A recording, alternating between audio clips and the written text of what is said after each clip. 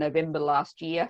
And our purposes are to promote democracy and the rule of law, and to defend human rights in Hong Kong, to share information about Hong Kong, and to nurture relations between the United Kingdom and the people of Hong Kong.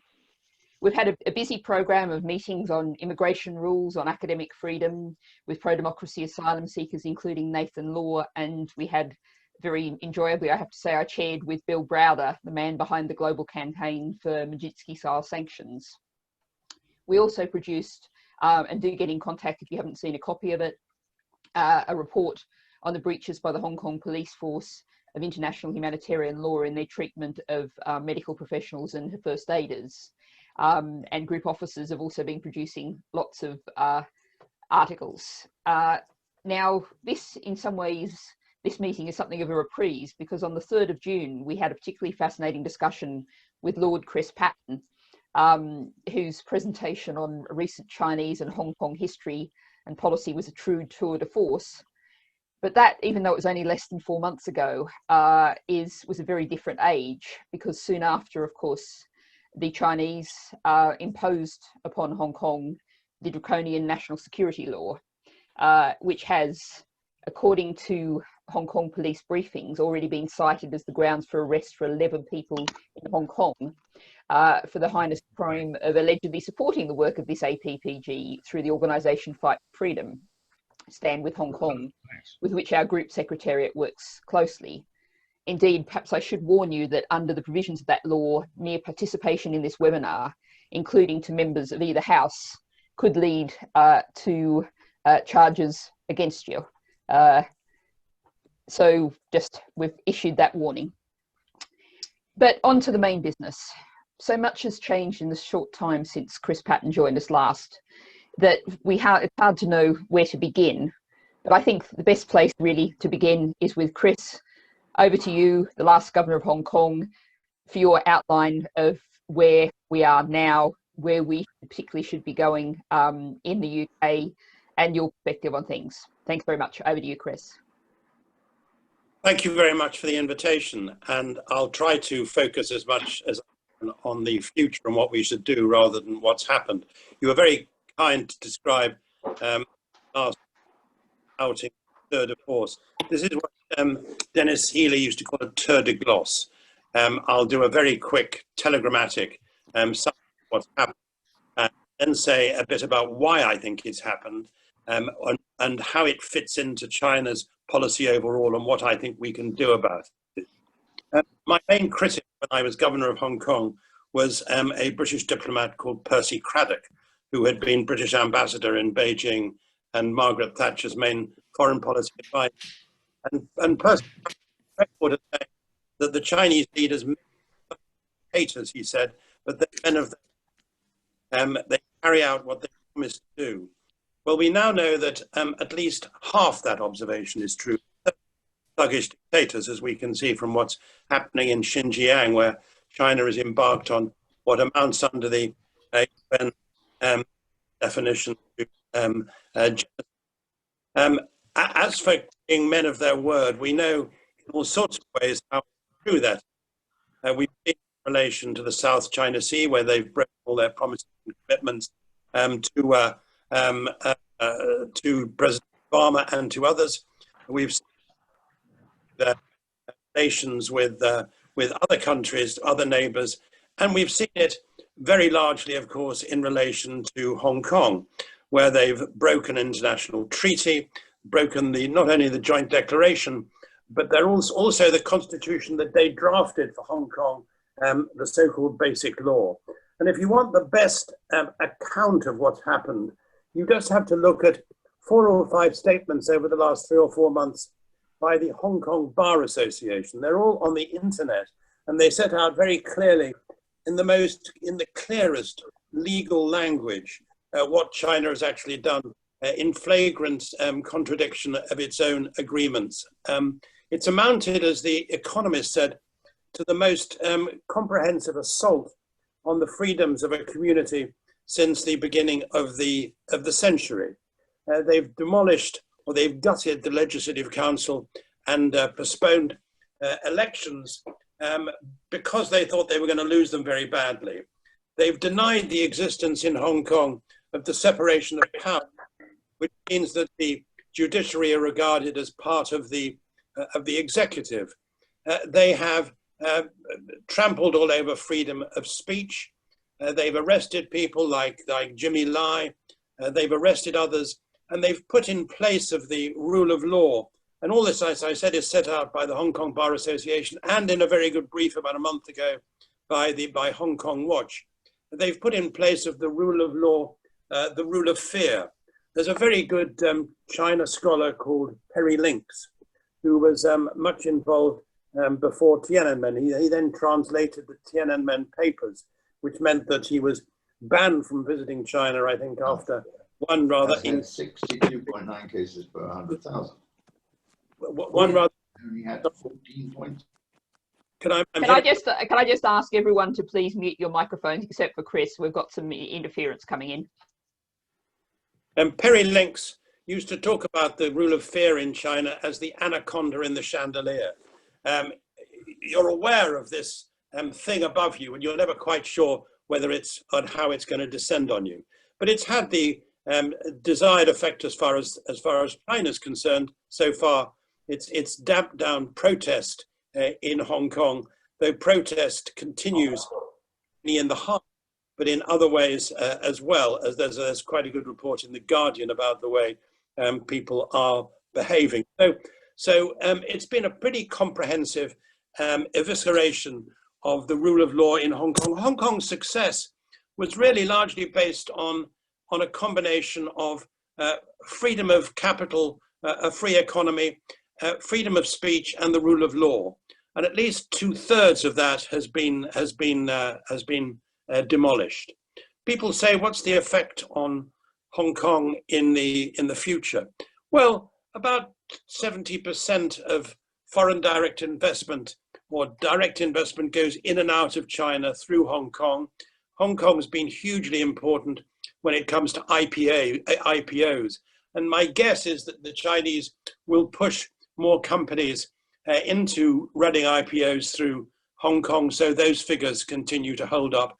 Whether hedge funds, and there are more hedge funds in Hong Kong than I think anywhere else in Asia, whether hedge funds will continue to think that Hong Kong is a good place to be based is a nice question. It's worth looking back to 2013 and the Shanghai stock exchange bubble. Xi Jinping had just become emperor, and he encouraged investment in the stock market in Shanghai.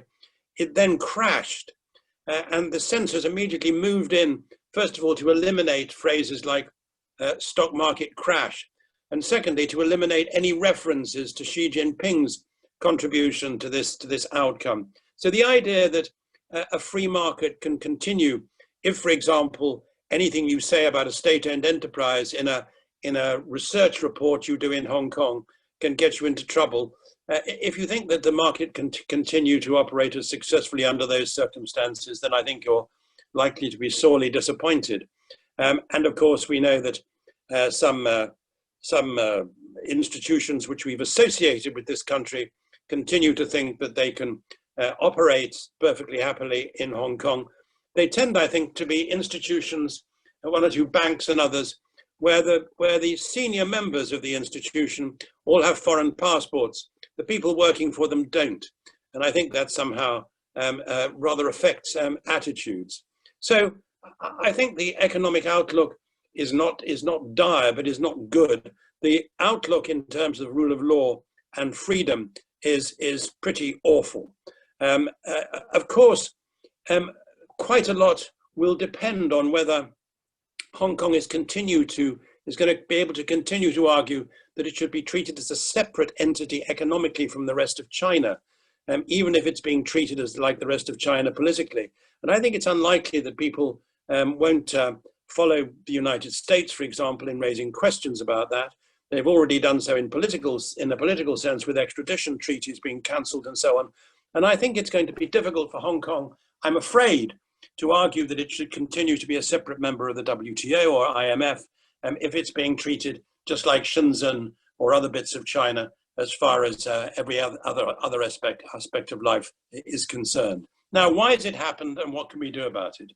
I think one reason, perhaps the main reason why it's happened, is because of the growing concern in China, which you can take back to the Sixth Party plenum in 2011, that urbanization, globalization, the developments of the internet were making it more difficult for the Chinese Communist Party to hold on to its grip on power. And the Sixth Party plenum produced a statement. Actually, the chairman of the committee that organized that statement was Xi Jinping before he'd become a dictator, pointing out the difficulties for the Chinese Communist Party unless it dealt with these issues rigorously. And it did so once Xi Jinping became boss in 2013. It produced something called the Communiqué number 9, which sets out all the threats to a totalitarian, a technocratic totalitarian regime posed by liberal democracy. Civil society, freedom of speech, the so-called rule of law, as they put it, democracy and elections, a view that human rights are universal. All those things were regarded by the Chinese Communist Party as threats. And of course, China would look at Hong Kong as an exemplification of all those aspects of an open society which it thinks threaten it. So there are other issues which came up following the demonstrations against an extradition treaty to China. But I think that there is in the background is that overwhelming feeling in the Chinese leadership that somehow what Hong Kong represents is a threat to the Chinese Communist Party's ability to hold on to power.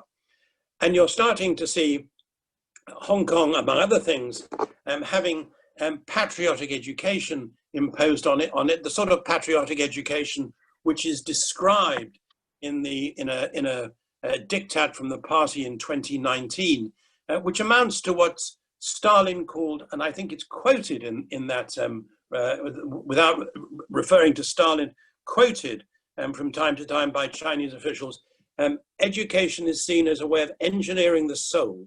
And I think they're now starting to do that in Hong Kong. And I think it's going to pose real problems for the Catholic Church, for other Christian churches. The Catholic Church is responsible for 250 schools in Hong Kong. And I'm not sure how it's going to manage to deal with attempts to change the curriculum and to change textbooks to ensure that young Hong Kong Chinese are taught that in order to love China, they have to show that they love the Communist Party as well, this extraordinary, rather bizarre formula which people are told to sign up to. Now, given what's happened, what should we do about it? The first thing I think we have to do is to recognize that this is part of a pattern of behavior by China, and that we can't deal with it on its own. I don't advocate a Cold War policy towards China, but I do advocate what the late China scholar Gerald Siegel used to call constrainment, not containment. And I think for it to work, we have to make sure that we work, that we operate, that we collaborate with other liberal democracies in developing a common position on China right across the board. And I think we should be open about what we're doing. I think we should use the Five Eyes. I think we should use the G7. I think we should develop the G7 to include Australia, New Zealand, South Korea, and others, so that we have a collaborative policy which actually deals with China across the board. It's interesting when you look at the annual reports of chambers of commerce in Beijing, Japanese, European, American, they all say the same things and make the same complaints. And there are several things which I think we should focus on. First of all, what the Financial Times the other day called China's coercive commercial diplomacy. The way in which they give the impression that we're much more dependent on them than they are on us. And when the Australian government, for example, asked perfectly reasonably for a full inquiry into how the coronavirus started, the immediate reaction of the Chinese was to say that they wouldn't buy Australian barley or Australian ore. They've had to go back on that because Australian ore is the best in the world and much cheaper than Brazilian ore.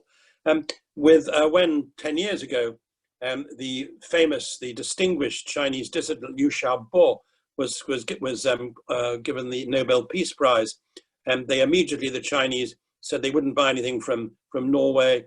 In fact, Norwegian exports to China went up, and Norwegian salmon sales to China went down, but salmon sales to Vietnam went up, and salmon sales from Vietnam to China went up. So very often, the threats they make don't actually amount in practice to very much. But what's very important is that when they make these threats, we should immediately make sure we stand beside those who've been threatened, because it's a rather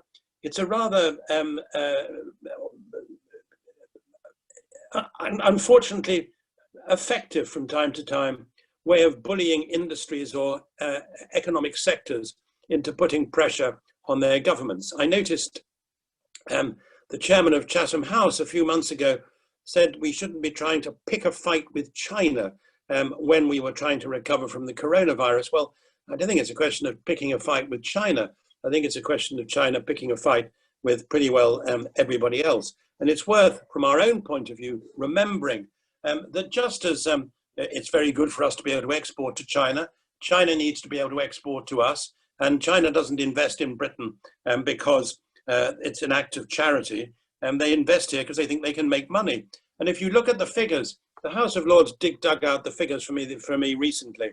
And between 1980 and last year, our exports to China in real terms have gone up by 3%. China's exports to us in that period had gone up in real terms by 9%. So, you know, they're not doing us any of us huge favors. And I think to follow something that anyway, which the Foreign Affairs Committee have sensibly suggested, I think we should look at those areas of technology where we should perhaps be trying to work with others and not with China, and import from others and not import from China. So I think it's important that we work with others. I hope that after the American election, it's easier to shape a collaborative approach to China with other liberal democracies, with other open societies.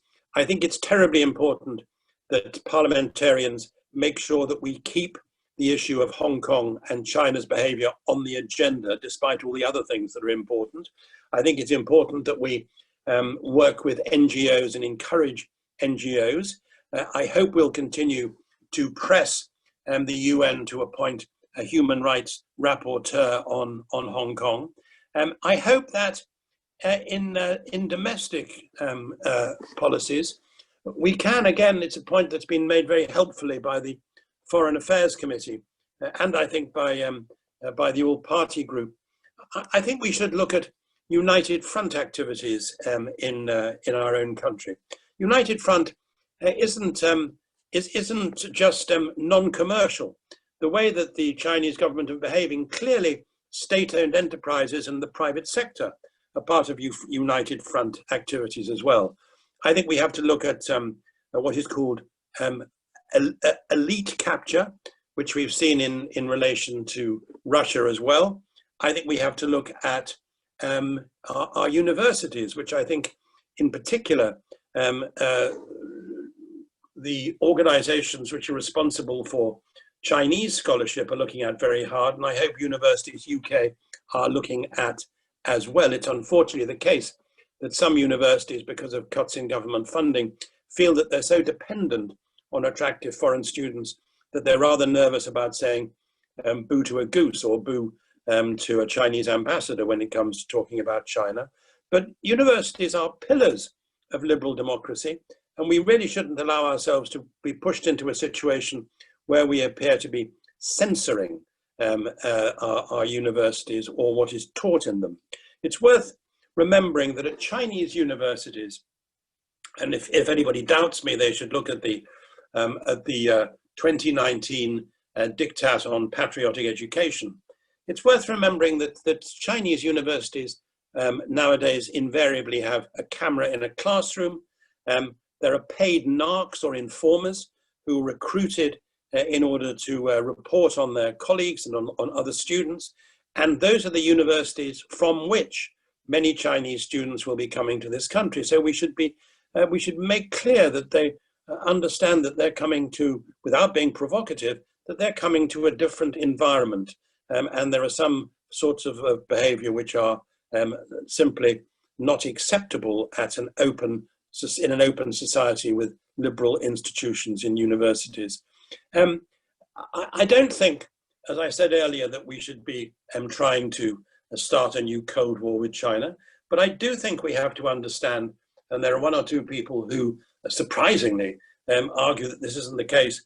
I do think we should understand that we have a conflict of values with China, and it's a conflict of values as much as it is with Russia, a conflict of values which is a real threat to liberal democracies and to open societies. Sometimes the way we behave undermines our own values, even more than our foreign critics. But I do think we have to make clear that we stand up for what we believe in, and we do it in the certain knowledge that even though we're probably at what some people would call peak China, with China more strong in relation to other countries than it's been before and is going to be again, peak China has some huge problems coming around the corner, and it hasn't actually pursued, I think, the last few months terribly cleverly, which we can go into if you like.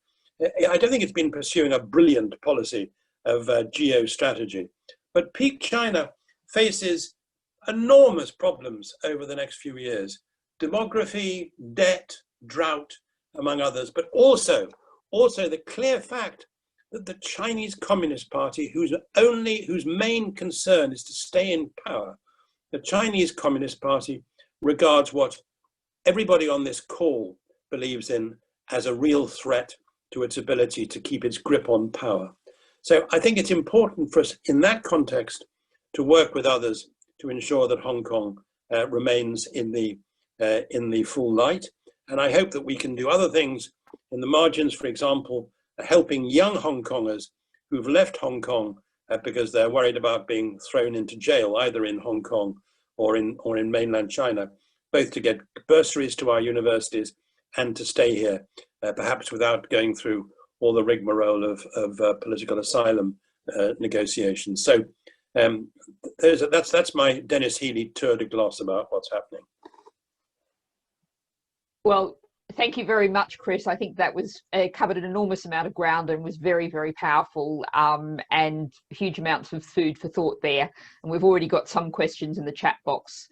Just a reminder to people to, if you can post your questions there, I am going to let people in to ask their own questions if we can. So the first question I've got up is Francis de Souza. If you'd like to unmute yourself and ask your question. Thanks. Thank you so much. Thank you so much, Chris. As I said, that was comprehensive and very, very, very useful. As you say, China promotes an image of might around the world, but again, as you point out, it is vulnerable on several fronts. And I wonder how worried China is if there is going to be an increased flight of capital and people, and the impact that will have on its economy, and what kind of concessions do you think China might make to promote free and buoyant trade? Well, in an earlier incarnation, I was a European commissioner, and I worked with Pascal Lamy on China's accession to the World Trade Organization. He did most of the trade aspects of that. I did some of the political aspects.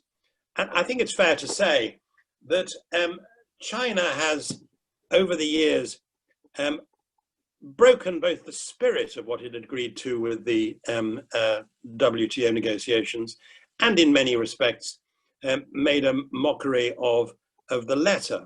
So that you can't invest in China in the same way that China can invest here. China is involved at the moment in predatory purchasing wherever it can. One very good example of what I've just said is that China bought up the principal German robotics firm a year or so ago, Huber. There's no way in which a German company could buy up a Chinese robotics firm. And the same sort of issues apply in trade. It's intolerable that if, for example, haven't happened for a long time because they're a bit scared of doing it. If, for example, a European prime minister or foreign minister meets the Dalai Lama, the immediate reaction will be the Chinese saying that you can't sell this or that, you can't sell pork, or you can't sell beef, or you can't sell this or that product to us. It's an absolute disgrace.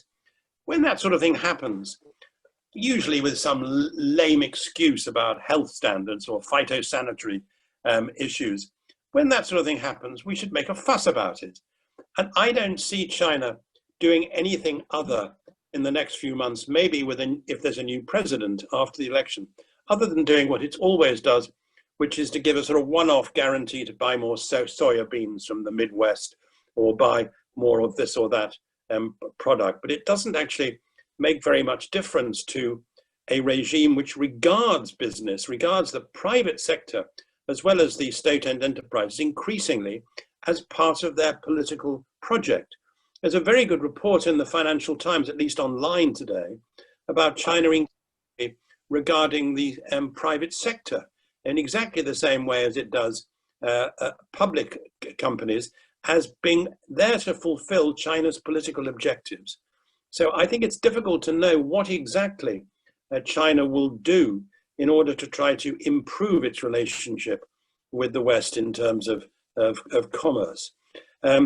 What I imagine they will do is to encourage people to believe that we can only go on making the best of China's huge market, and it is potentially huge, if we avoid working with others to make China responsible for its own actions, to call China out when it behaves badly.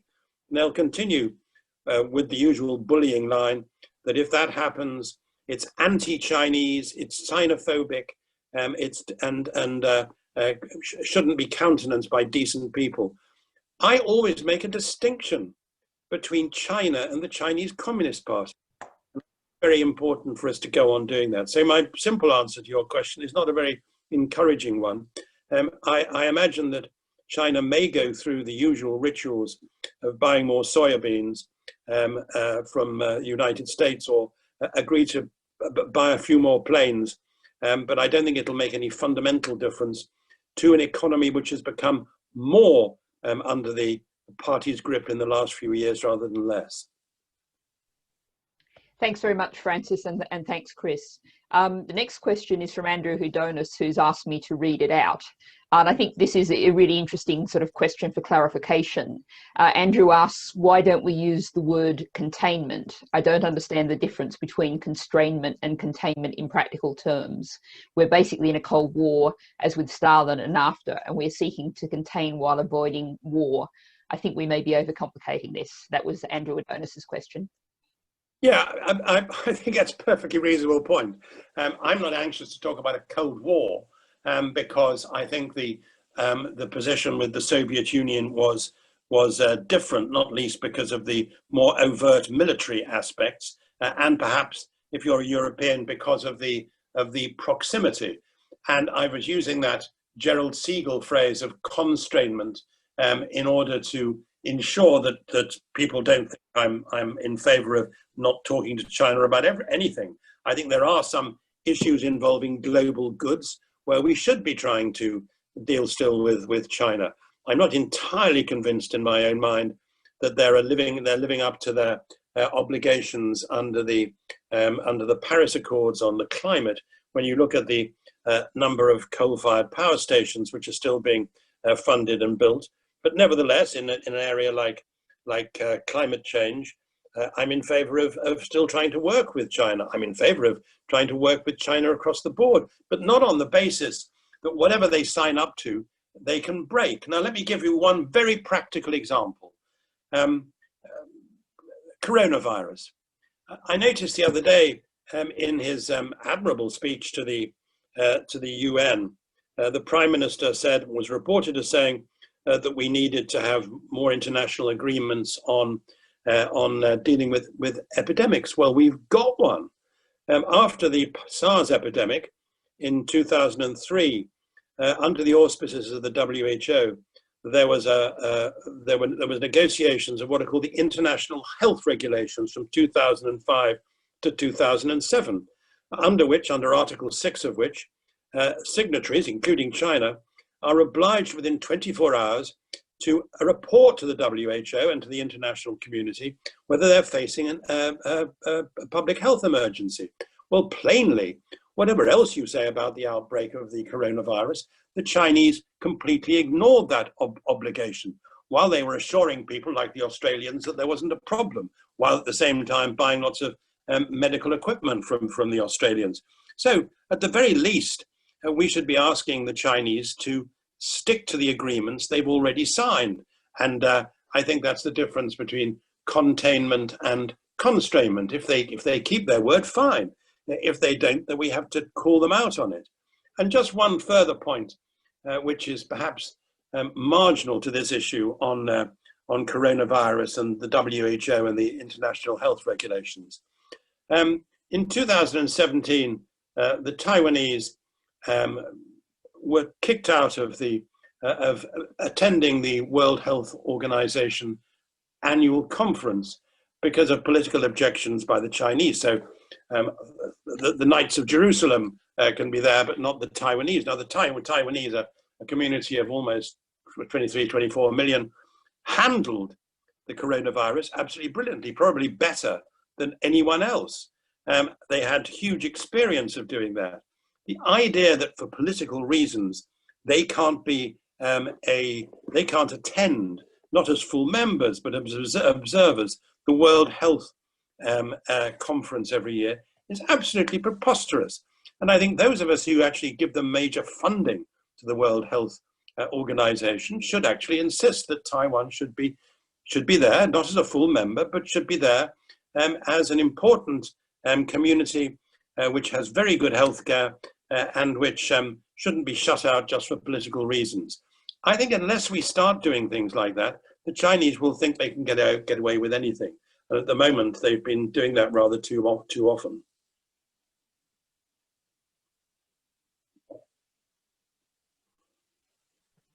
And Natalie, you're muted. There you are, classic beginner error. Thank you very much for that, Chris. And for those who can't read the chat box, Andrew Adonis has left the response that we talked to the Russians all the way through the Cold War. And Chris's answer was persuading him that we can definitely describe this as containment. That's our intended policy, and it's a word that people understand. Francis D'Souza also leaves in the chat box, maybe we need to remind the UK too to stick to what it's signed up to. On which point I guess... Can I say, I strongly with that. I never thought I would and I feel rather like Michael Howard on this issue. I never thought I would live for the day when a Conservative minister would stand at the dispatch box and describe how he thought it was right in some circumstances to disobey the law.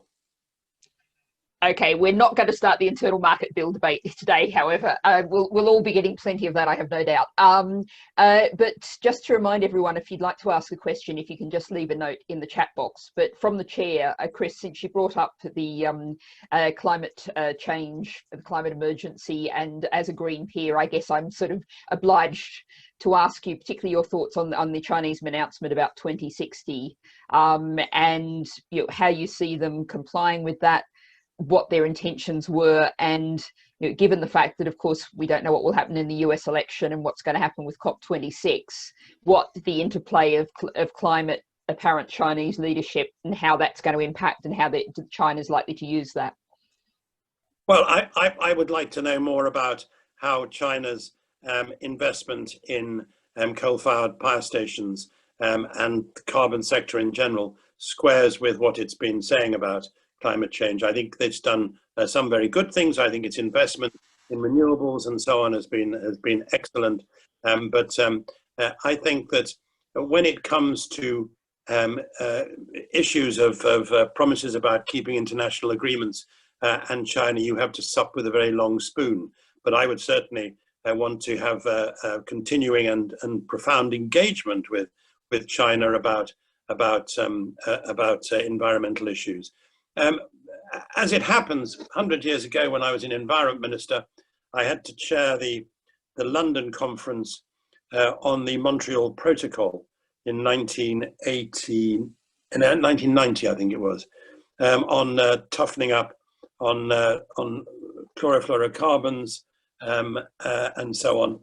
And the two most difficult countries to carry with us were China and India. But we managed it on that issue at that time. By and large, I think that was a much easier issue, though it didn't seem so at the time. That issue stuck. I think carbon is much more of a problem. But I hope the Chinese live up to what they've promised. It would make a nice change. Yes, and I think one of the things I heard Isabel Hilton many years ago talking about how the centre might wish to do one thing, but the provinces and the local officials do quite other things in terms of, and that's one of their problems in delivering on carbon pledges. If I can just perhaps ask a related Elora Finlay, I see, has posted a question in the chat. Elora, would you like to ask that question yourself? Thank you very much. Thank you, Chris, for an interesting and sobering overview. We've been calling out the organ harvesting that's happened in China from prisoners of conscience and being concerned about the Uyghurs and so on. And I wonder whether you feel that calling out of the human rights abuse has had any impact within Hong Kong, and whether there are any implications for religious groups in Hong Kong of us calling it out, either in terms of potentially damaging or potentially slightly protecting their human rights and ability to express their religious views. Well, I feel as passionately about it as you do. I'm not sure it's had a great impact in Hong Kong. I do think there are issues about religious freedom in Hong Kong that we need to be aware of. Cardinal Bo, who's the admirable citizen of Myanmar, who's president of the Asian Bishops' Conference, who launched a prayer for Hong Kong, which I'm afraid wasn't taken up by the Catholic hierarchy in Hong Kong itself. Cardinal Bo said memorably that when asked about freedom of religious worship, said that very often an authoritarian regime started off by saying it would protect freedom of religion and attacked every other freedom, but sooner or later finished up dealing with freedom of religion as well. And I think that's noticeably the case. And as I said earlier, I think there are going to be big issues for the Catholic Church in dealing with things like the curriculum. And I've been hugely critical, as you might know, of the Vatican's alleged agreement with China, though we still don't know what exactly it amounts to. On the question of Xinjiang and the forced sterilization, the forced abortions, the incarceration, the taking children away from their parents, and the organ harvesting, perhaps there and elsewhere, and the slave labor, and the issue which seemed to cause quite a lot of concern when I think it was the American Customs found, was it 1,000 tons of black hair being exported to or trying to be exported to the United States, which plainly came from the heads of Uyghurs in Xinjiang. All those issues, I think, for the international community have actually focused greater attention on what is happening inside China, and particularly important because the Chinese authorities appear to have doubled down on what their policy was already. And I think to that extent, it should have helped to ensure that the world continues to be focused on the huge gap between what China says about its policies and about the nature of its society and what's actually happening. The organ harvesting is extraordinary. A great friend of mine, I won't mention his name or exactly where it was, had a liver transplant, And he went to a hospital in China for the first time. And he said they'd had the largest number of transplants anywhere in the world. And the first liver that was produced wasn't right. So they produced another one almost immediately, which met his specifications. And he was a great friend and somebody who, like many Chinese, believed strongly in open societies and liberal values and so on. And somehow he'd allowed himself to obscure why it was that it was so easy to get a transplant in China, which would have been taken much longer and been more difficult outside China. I think these are big, big issues, and I think we have to go on hammering away at them.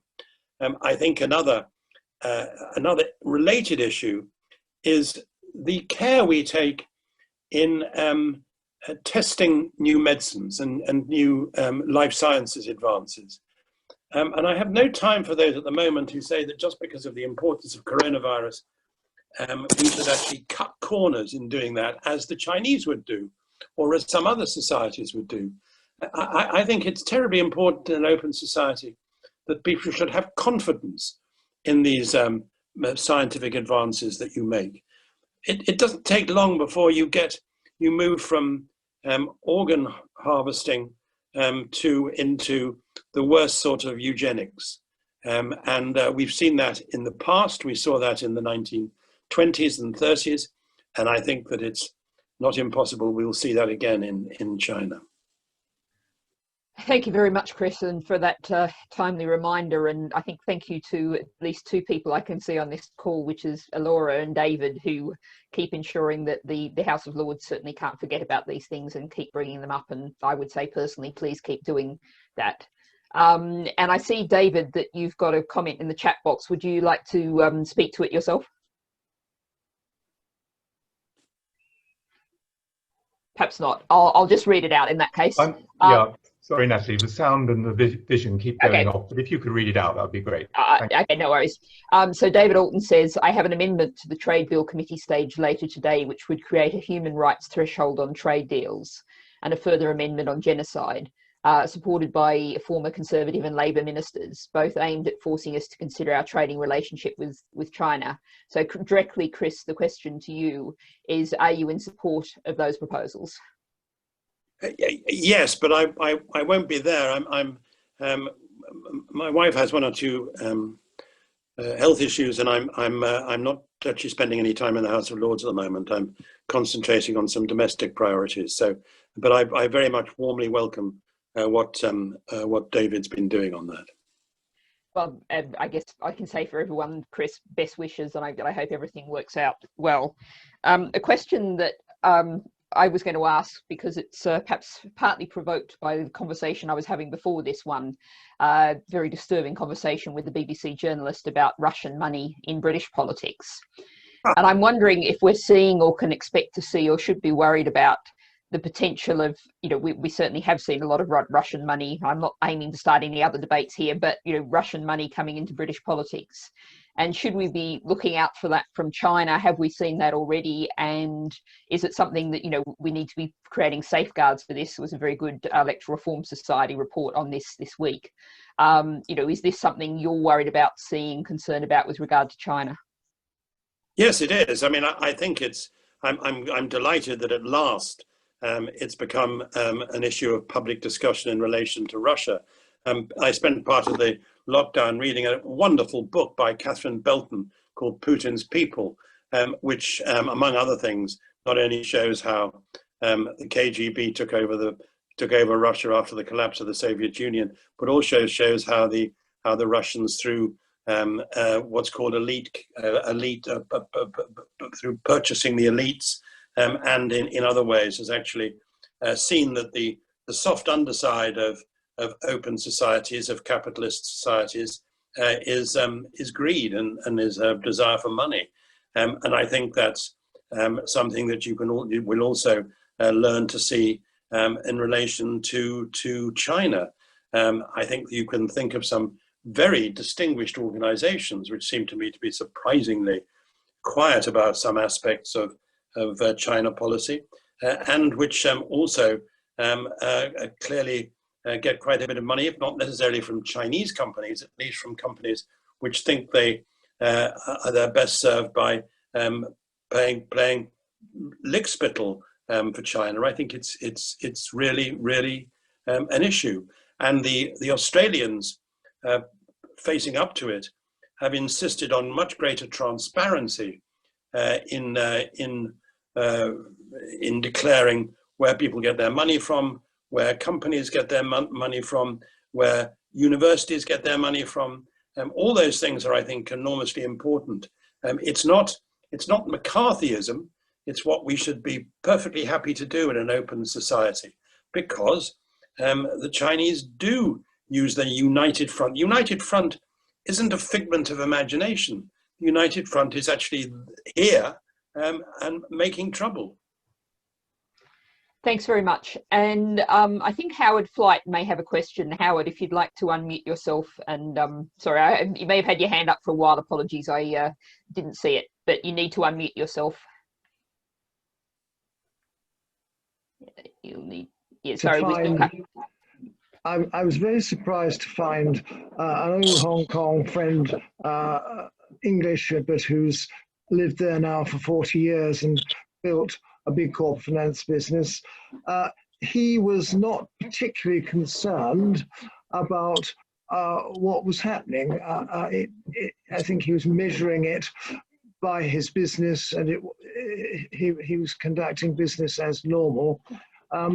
What surprised me is that he was always what I call politically very pink and not at all a natural sympathizer to China.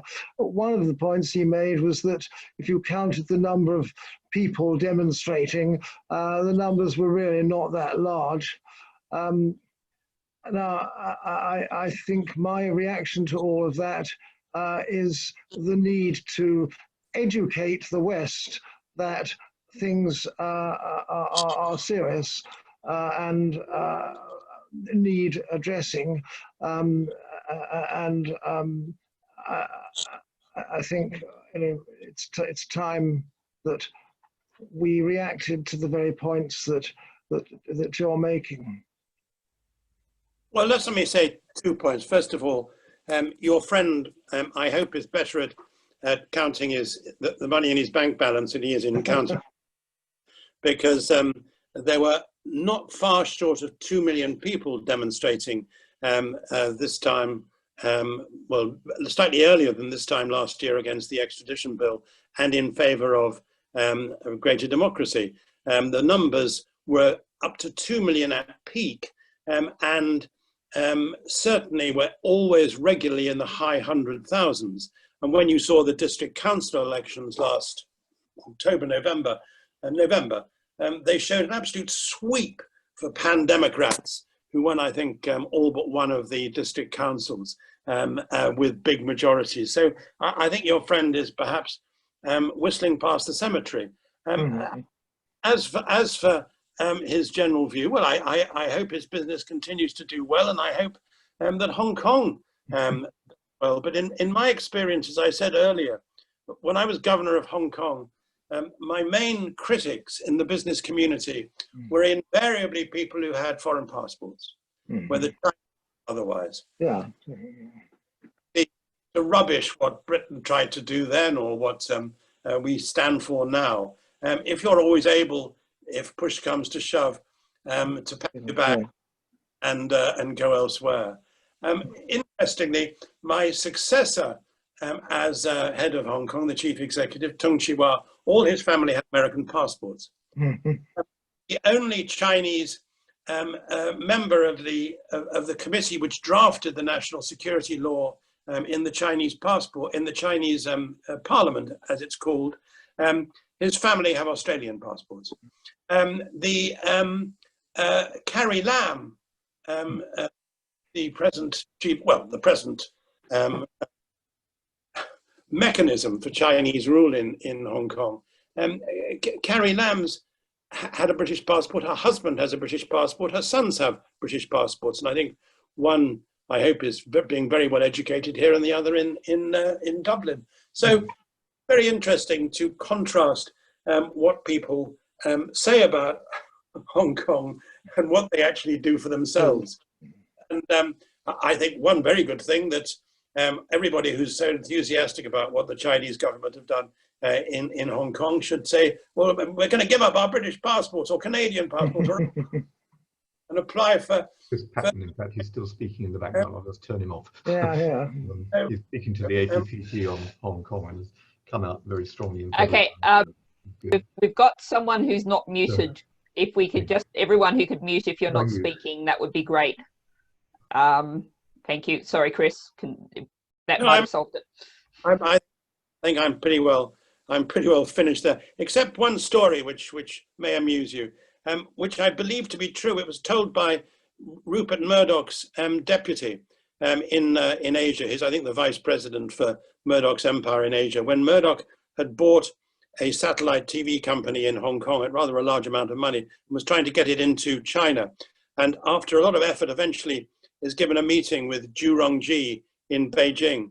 And Zhu Rongji, they meet in one of those great overheated halls in the Great Hall of the People. And Zhu Rongji says, so Mr. Murdoch, you want your satellite station to operate in mainland China? And Rupert Murdoch says, yes, that's what we very much like. So Zhu Rongji said, and I think you were born in Australia, is that right? And Murdoch says, yes. And Zhu Rongji says, but I think it's right. I'm right, aren't I, that when you bought Fox News and when you bought a couple of American newspapers, you became an American citizen. So Rupert Murdoch said, yes, that's right. So Zhu Rongji says to him, so Mr. Murdoch, if you're going to operate a media company in China, are you going to become a Chinese citizen? Yes. Very good answer there. I think if we go back to the original question particularly, I think that was pretty comprehensively answered. So thank you very much for that, Chris. We're very nearly out of time. So just a final call, final chance for anyone who wants to put a question, ask a question, just stick a note in the chat box saying you want to ask a question. But I will just ask one final one, which going back in some ways in a circle to where we started with talking about the international community uniting to stand up to Chinese bullying, stand up against when one person's barley trade is threatened. I must admit, I used to know some barley farmers in Australia who were probably pretty hard hit by the Chinese threats on that. But if we're going to unite as an international community and act on China, isn't there a sort of problem in terms of if that also puts pressure on to act on issues like Saudi Arabia, to act on issues around the world, that it's quite difficult to pull a united front together when everyone also, you know, can be pointed to and saying they're not doing things in other areas? Does this really need a sort of reset on our whole approach to foreign policy? Well, to some extent, but I've always been slightly careful about what I call whataboutism. You can always say, in order to avoid taking a line or taking a firm position on a really major issue, yes, but what about Saudi Arabia? What about the Gulf states? What about this or that?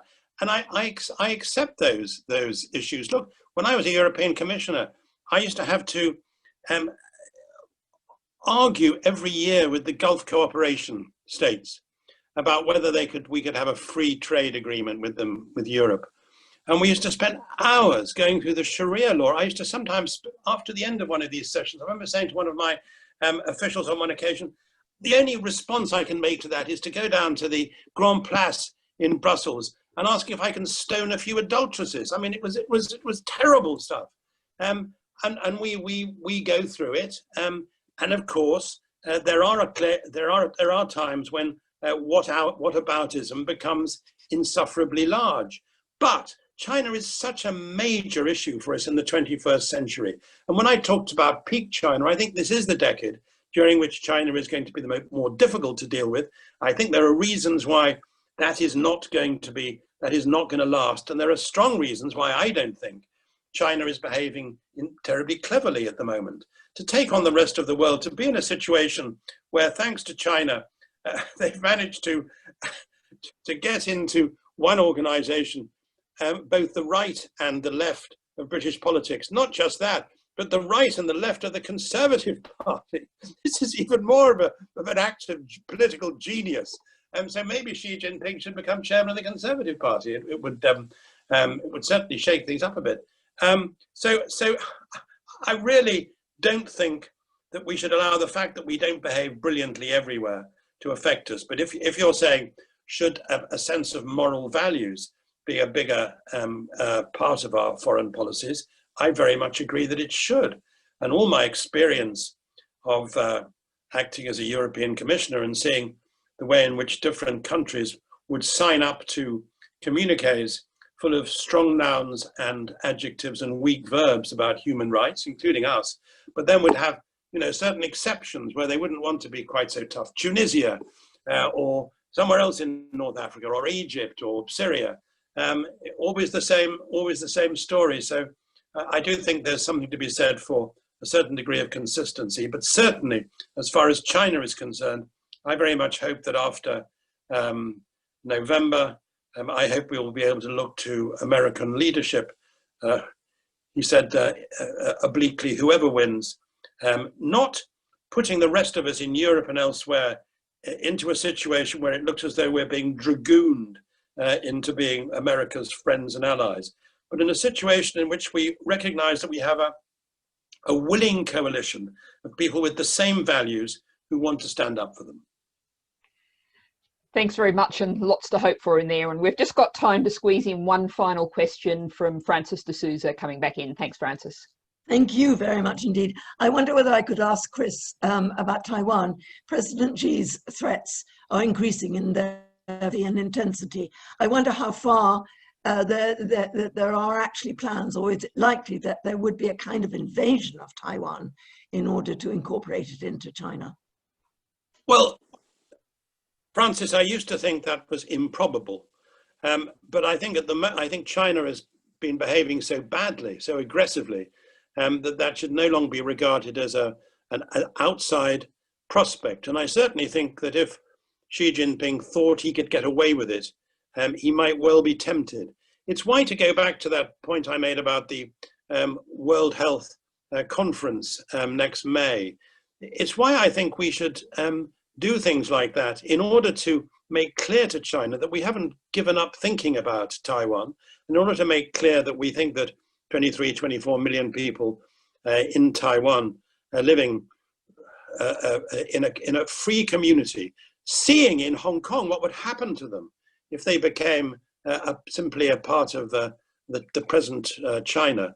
I think we should make clear that we care about what happens in Taiwan, even though we're not going to kick in the backside the one China policy. But we should care about Taiwan, and we shouldn't be so lame and limp about it. When I went to as a development minister, as the vice chairman of the Asia Development Bank, to Beijing in 1989, just at the same time, or just a week before the massacre around Tiananmen Square.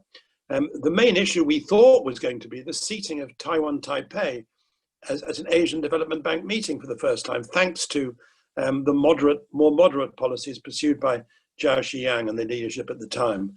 And I don't think we should give up on that more sensible sentiment in China. But I think Xi Jinping is, as far as Chinese policy domestically and externally concerned, the most dangerous leader there's been since Mao.